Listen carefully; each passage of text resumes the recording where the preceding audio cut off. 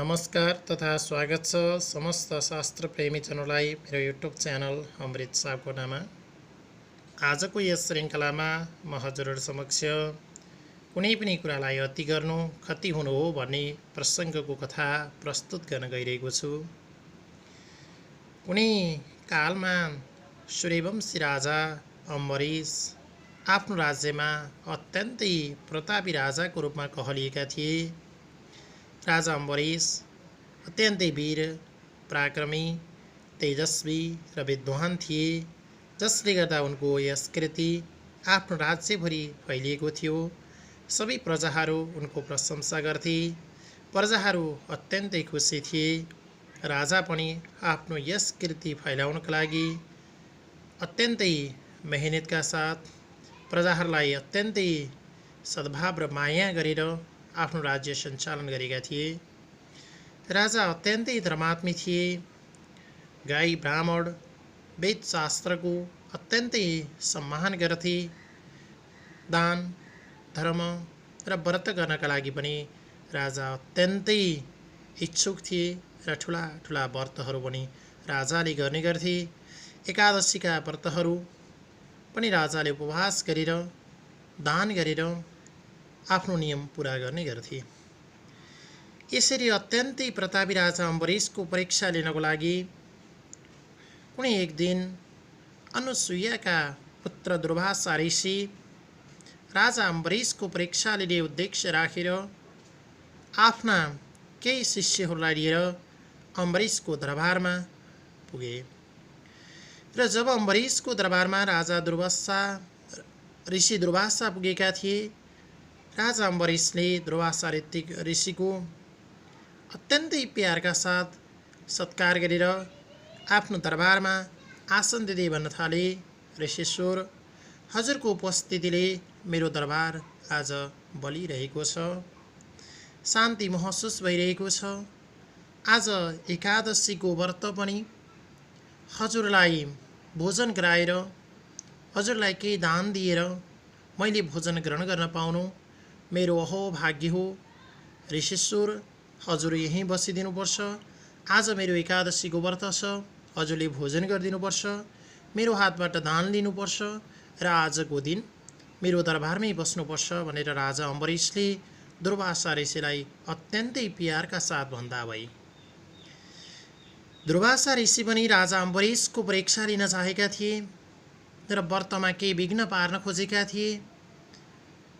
यसरी राजा अम्बरीशले उनलाई प्यारका साथ बस्न र भोजन ग्रहण गर्न भनेपछि ऋषि दुर्वासाले अम्बरीशको व्रतमा खलल पार्ने नियति राखी उनी म स्नान गरेर आउँछु, स्नान गरेर आइसकेपछि मात्रै भोजन गर्नेछु भनेर यमुना नदीको तटतर्फ हुने लागे। ऋषि दुर्वासा यमुना नदीतर्फ लागेपछि उनका शिष्यगणहरू पनि ऋषिको पछि पछि लागे। यता राजा अम्बरीश एकादशीको व्रत गरेर बसिरहेका थिए। ऋषिश्वर आइसकेपछि ऋषिश्वरलाई भोजन गराएर, दान दिएर उहाँकै आज्ञा अनुसार भोजन ग्रहण गर्छु भनेर अम्बरीश यता दरबारमा बस्दै गरे। तर दुर्वासा ऋषिले अम्बरीशको व्रतमा विघ्न पार्नको निम्ति एकादशीको दिन विलम्ब पारेर अथवा राजाको भोजन गर्ने समय टालेर मात्रै दरबारमा जाने उद्देश्यका साथ आलटाल गर्न थाले नदीको किनारमै। यसरी नदीको किनारमा आलटाल गरेर दुर्वासा ऋषि बस्न थाले। राजा अम्बरीश यता दरबारमा अत्यन्तै चिन्तित भए। आफ्नो समय टलिसक्यो, व्रतको नियम पुरा गर्नै पर्यो। अतिथिलाई भोजन गराइएन भने आफ्नो व्रत पूर्ण हुन सक्दैन। आफ्नो व्रतमा विघ्न पार्न पनि भएन। बोलाएका अतिथिलाई नबोलाई मैले कसरी खाऊँ भनेर राजा अम्बरीश छटपटिन थाले, यताउति गर्न थाले। तर दुर्वासा ऋषि यमुना नदीबाट स्नान गरेर फर्किएनन्। त्यस पछाडि राजा अम्बरीशले सोचे कि अब ऋषिलाई नखुवाई खान त भएन, तर मैले जल मात्रै खाएर मेरो व्रतको नियम पुरा गर्छु अनि ऋषेश्वर आइसकेपछि उहाँलाई भोजन गराएर मैले पनि भोजन ग्रहण गर्नु पर्ला भन्ने सोचेर अम्बरीशले जल मात्रै पान गरेर बसे।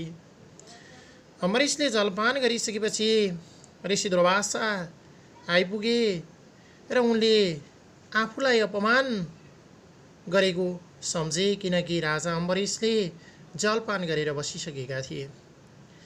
र दुर्वासा ऋषि अत्यन्तै रिसाए, किनभने उनले त थाहा पाइहाले जलपान गरेर बसेका थिए राजा अम्बरीश।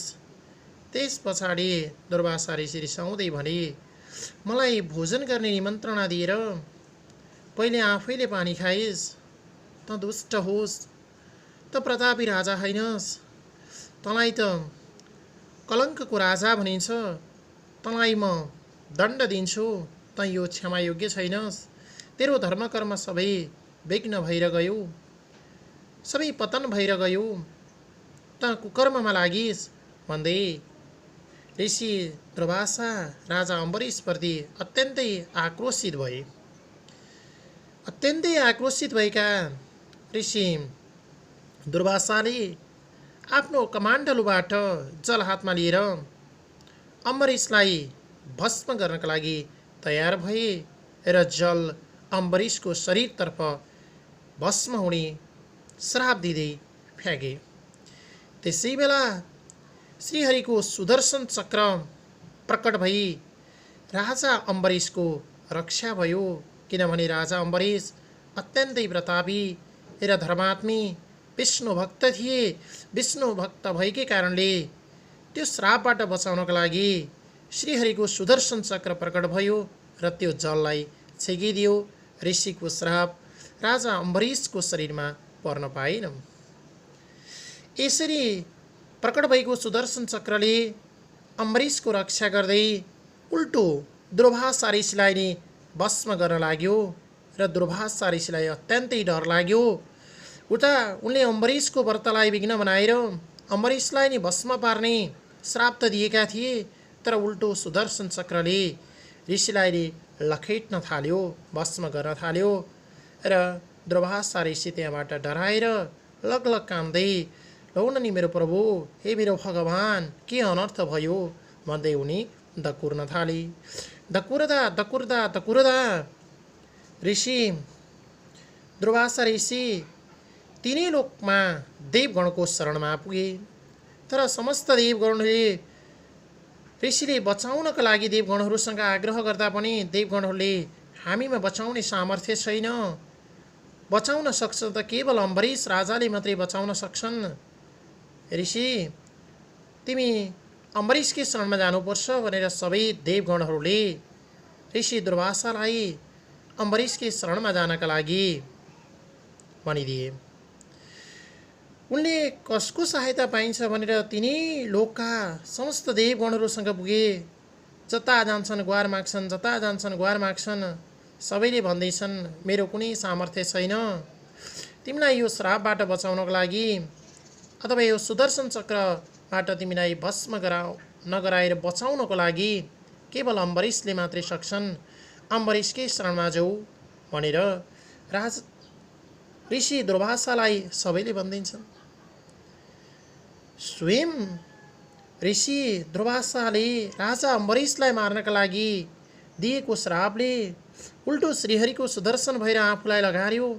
अब कसरी राजा अम्बरीशको शरणमा गएर क्षमा माग्नु, उनलाई ठुलो सङ्कट भयो। चक्रले उनलाई लखेटिरहेको थियो, सुदर्शन चक्रले।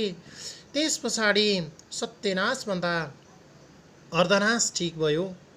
केही गरी राजा अम्बरीशले मलाई क्षमा पो दिन्छन् कि भनेर आफ्नो प्राण त्याग गर्नको लागि बरु इज्जत नै जाओस् भनेर ऋषि दुर्वासा अम्बरीशको शरणमा गए र अम्बरीशको चरणमा पर्दै भन्न थाले, राजा अम्बरीश मलाई बचाऊ, यो चक्रलाई शान्त गर, मैले गल्ती गरेँ, त्यसको मलाई क्षमा देऊ। त्यस पछाडि अम्बरीश अत्यन्तै प्रतापी, दयालु र धर्मात्मी राजा थिए। उनले ऋषिको शरण परेको देखेर आफै उल्टो लज्जित हुँदै सुदर्शन चक्र शान्त पार्नको लागि स्तुति गरे र सुदर्शन चक्रलाई शान्त गरे र दुर्वासा ऋषिको ज्यान बचाइदिए। दुर्वासा ऋषिले पनि अम्बरीशको त्यस्तो राम्रो सद्भाव राम्रो व्यवहार पाएर अत्यन्तै खुसी भई र जे जस्तो राजा अम्बरीशले दिन्थे त्यो भोजन गरेर राजालाई आशीर्वाद दिएर त्यहाँबाट उनी अन्तर्ध्यान भए। तर दुर्वासा ऋषिलाई अत्यन्तै लाज लाग्यो।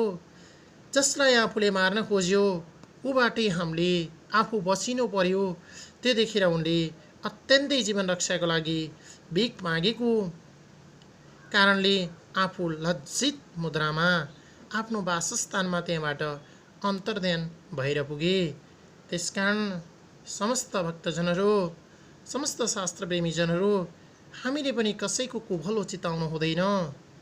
जसलाई कुभलो चिताउँछौँ कसैको नाशका लागि हामीले श्राप गर्छौँ भने उल्टो आफ्नै नाश भएको हुन्छ। पाप जहिले पनि धुरीबाट कराउँछ। त्यसकारण कुनै पनि व्यक्तिप्रति कुनै पनि प्राणीप्रति स्वार्थी भावना देखाउनु अथवा कुनै दुर्वचन बोल्नु आफैका लागि हानिकारक हुन्छ। कसैको नष्ट गर्छु भन्दा आफै नष्ट भइन्छ भन्ने सन्देश यो कथाबाट हामीले प्राप्त गर्न सक्छौँ। धन्यवाद।